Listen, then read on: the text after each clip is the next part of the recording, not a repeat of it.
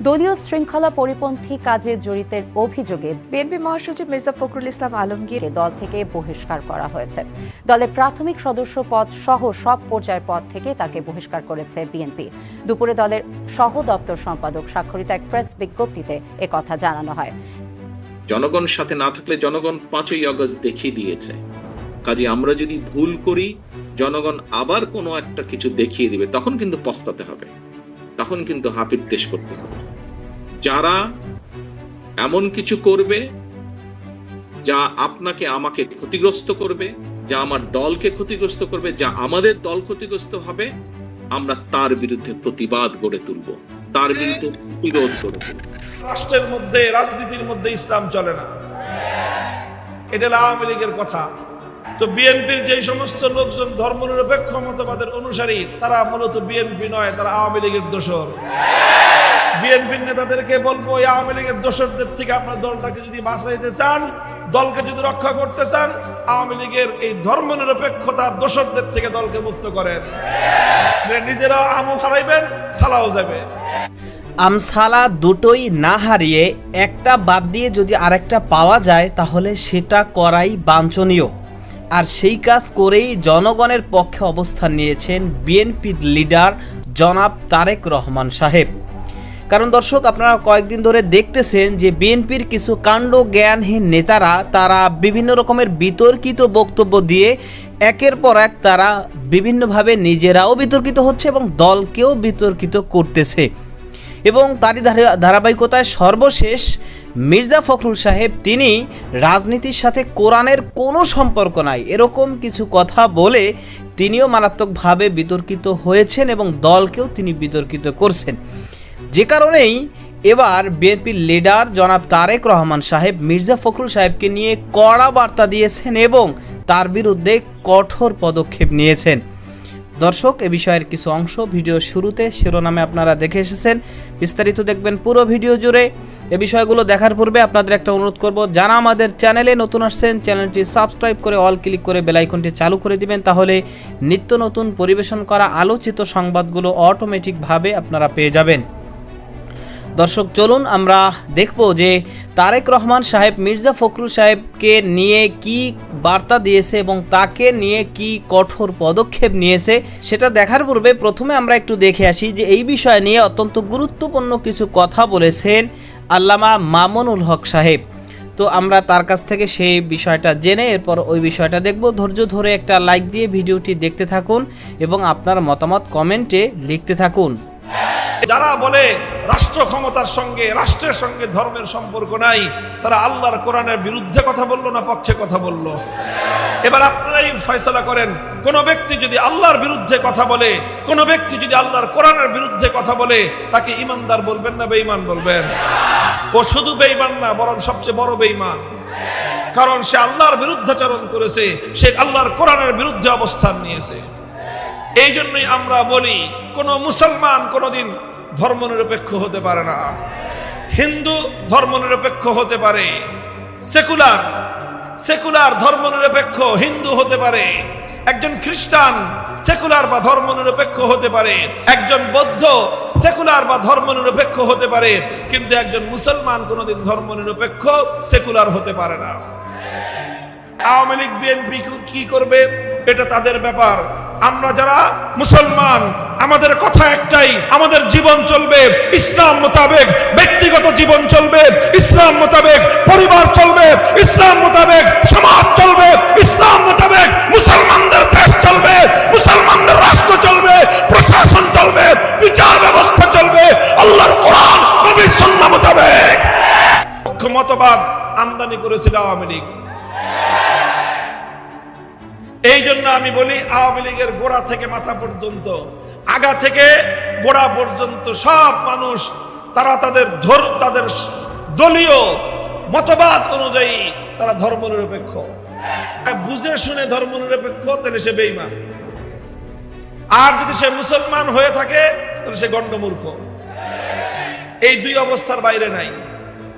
কয় অবস্থা? বুঝে শুনে ধর্মনিরপেক্ষ মতবাদ গ্রহণ করে থাকলে বেঈমান, ঈমান নাই। আর না বুঝে শুনে ধর্মনিরপেক্ষ মতবাদ গ্রহণ করে থাকলে সে মূর্খ। বিএনপি ওনাদের জন্য একটা নসিহত করি যে আপনাদের নেতা ক্ষমতায় এসে সর্বপ্রথম কি করেছিল জানেন?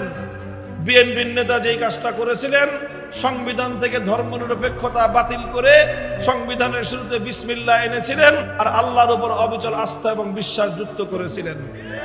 কিন্তু ইদানিং মনে হচ্ছে যে বিএনপির অনেক লোকজন তাদের নেতার কথা মানে না। তারা এখন আওয়ামী লীগের ধর্মনিরপেক্ষ মতবাদের দ্বারা রাজনীতি করতে চায়। তো বিএনপির যে সমস্ত লোকজন ধর্মনিরপেক্ষ মতবাদের অনুসারী, তারা মূলত বিএনপি নয়, তারা আওয়ামী লীগের দোসর। বিএনপির নেতাদেরকে বলবো, এই আওয়ামী লীগের দোসরদের থেকে আপনার দলটাকে যদি বাঁচাইতে চান, দলকে যদি রক্ষা করতে চান, আওয়ামী লীগের এই ধর্মনিরপেক্ষতার দোসরদের থেকে দলকে মুক্ত করেন। নিজেরা আমও হারাইবেন, সালাও যাবে। কথা বলেন ঠিক না বেঠিক? আওয়ামী লীগ বিএনপি কি করবে এটা তাদের ব্যাপার। আমরা যারা মুসলমান, আমাদের কথা একটাই, আমাদের জীবন চলবে ইসলাম মোতাবেক, ব্যক্তিগত জীবন চলবে ইসলাম মোতাবেক, পরিবার চলবে ইসলাম মোতাবেক, সমাজ চলবে ইসলাম মোতাবেক, মুসলমানদের দেশ চলবে, মুসলমানদের রাষ্ট্র চলবে, প্রশাসন চলবে, বিচার ব্যবস্থা চলবে আল্লাহর কোরআন নবীর সুন্নাহ মোতাবেক। এই দেশটা ভাগ হয়েছিল, এক ভাগ ধর্মনিরপেক্ষ ভারত, আরেক ভাগ হয়েছিল মুসলমানদের জন্য। কথা ছিল মুসলমানদের ভূখণ্ডে শাসন চলবে আল্লাহর কোরআনের, আইন চলবে আল্লাহর কোরআনের, সংবিধান হবে আল্লাহর কোরআনের। কাজেই কারো যদি ধর্মনিরপেক্ষ থাকতে মনে চায়, নেত্রীর মতো চলে যাও, সীমান্ত খোলা আছে। ওই পারে গেলে আপ্যায়ন তোমাদের খারাপ হয় না। খালি কথাটা মনে রেখে ওই পার থেকে আমাদের ব্যাপারে তোমরা আমার নাক গলায় না, ষড়যন্ত্রের জাল বুনাইবা না। তোমরা ওই পারে গিয়ে ধর্মনিরপেক্ষতা নিয়ে ভালো থাকো, আমরা এই পারে ইসলাম নিয়ে ভালো থাকতে চাই। দিন শেষে সেই জনগণের কাছেই যেতে হবে। জনগণ যদি মুখটা ফিরিয়ে নেয়, আপনার আমার কিন্তু কোনো স্থান নেই। যত বড় যাই হই না কেন, আমরা নিজেরা যত বড় যাই মনে করি, জনগণ যদি মুখ ফিরিয়ে নেয় এবং নাম বলবো না, কিছু কিছু রাজনৈতিক শক্তি যেই হোক না, যত ছোট বড়ই হোক না কেন, তারা বিভিন্নভাবে আমাদের বিপক্ষে, ওই মোটরসাইকেল আমাদের কিছু কাজ কামের কারণে তার সাথে আমাদের নেতাকর্মীদেরকে যুক্ত করে কিছু কিছু কথা বলার চেষ্টা করছে। আমাদেরকে সতর্ক সচেতন হতে হবে সহকর্মীবৃন্দ।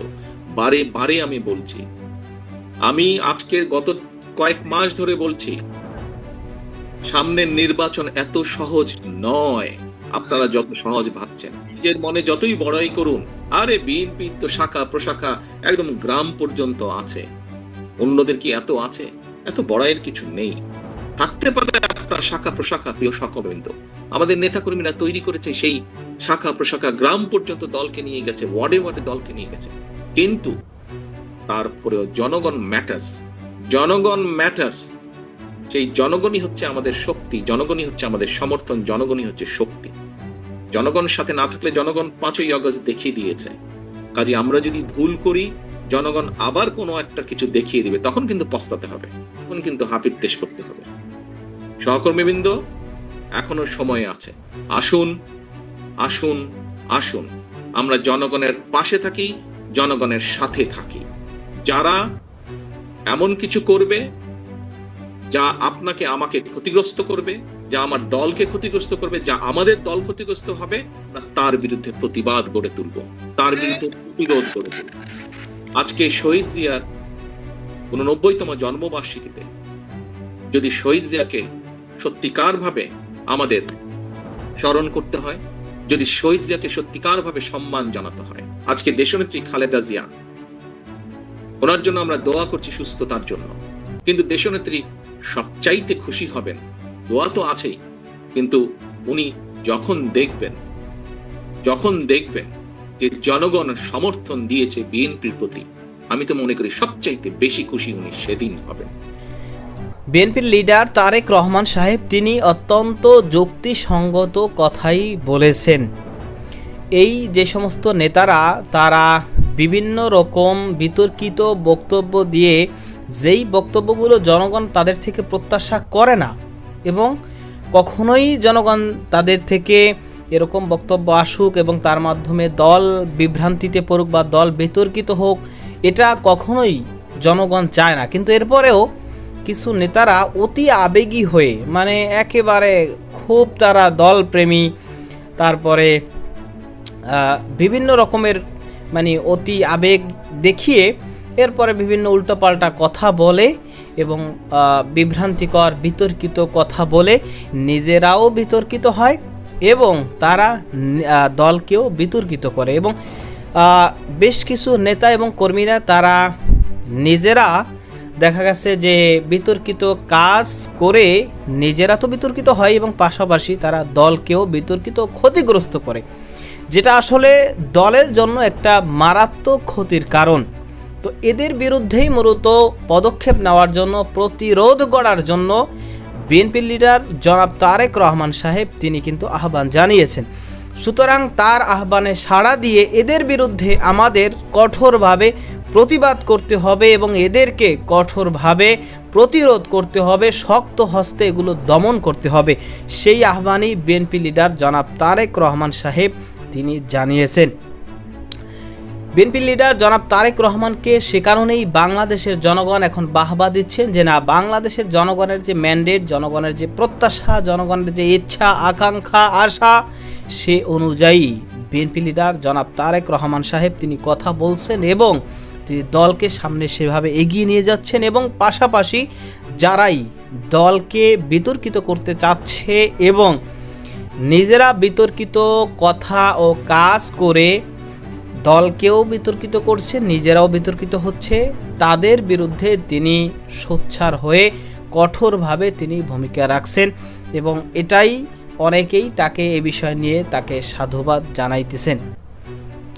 তো দর্শক, পাশাপাশি মামুনুল হক সাহেব যে কথাগুলো তিনি বলেছেন সেটাও অত্যন্ত যুক্তিসম্মত কথা তিনি বলেছেন যে ইতিপূর্বে একটা দল তারা মানে বাংলাদেশে বিতর্কিত কথা এবং বিতর্কিত কাজ করে তারা মূলত পতিত হয়েছে। সুতরাং সামনেও বড় দল হোক আর ছোট দল হোক, যেই দলের নেতাই এরকম বিতর্কিত কথা বলবে এবং বিতর্কিত কাজ করবে, জনগণ তাকে প্রত্যাখ্যান করবে, তাকে লাথি মেরে ত্যাগ করবে। এটাই বাংলাদেশের জনগণ ইতিপূর্বেই এই বর্তমানে দেখিয়ে দিয়েছে।